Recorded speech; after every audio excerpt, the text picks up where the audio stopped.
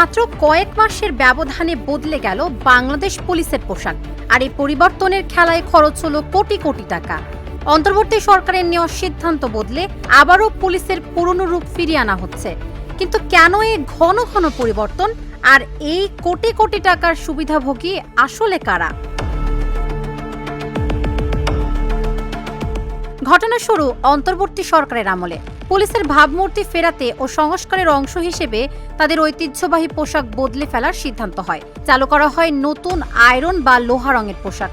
এই কাপড় সরবরাহের জন্য বিশাল এক টেন্ডার বা কাজ পায় দেশের দুটি বড় প্রতিষ্ঠান, প্যারামাউন্ট গ্রুপ ও রোমান গ্রুপ। পুরো প্রকল্পে সরকারের খরচ হয়ে যায় প্রায় ৭৬ কোটি টাকা।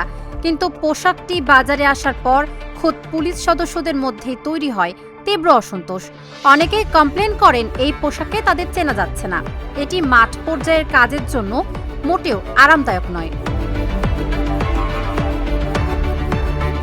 তীব্র আপত্তির মুখে বিএনপি সরকার শেষ পর্যন্ত সিদ্ধান্ত বদলাতে বাধ্য হয়। বাতিল করা হয় মাত্র কয়েক মাস আগের সেই ৭৬ কোটি টাকার প্রজেক্ট। নতুন সিদ্ধান্ত অনুযায়ী জেলা পুলিশের জন্য গাঢ় নীল শার্ট ও মেট্রোপলিটন এলাকার জন্য হালকা জলপাই রঙের শার্টের সাথে ফিরিয়ে আনা হচ্ছে সেই চেনা খাকি প্যান্ট। আর এই নতুন খাকি ও নীল পোশাকের পেছনে বর্তমানে খরচ প্রায় ৭৭ কোটি টাকা। ২ দফায় পুলিশের পোশাকের পেছনের খরচ হয়ে গেল ১৫৩ কোটি টাকারও বেশি। সাধারণ মানুষ ও বিশ্লেষকরা প্রশ্ন তুলছেন, দেশের অর্থনৈতিক ক্রান্তিকালে জনগণের ট্যাক্সের টাকার এমন অপচয় কতটুকু যৌক্তিক?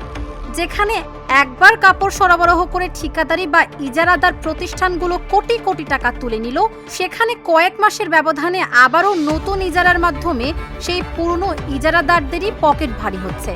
সামাজিক যোগাযোগ মাধ্যমে চলছে তুমুল সমালোচনা।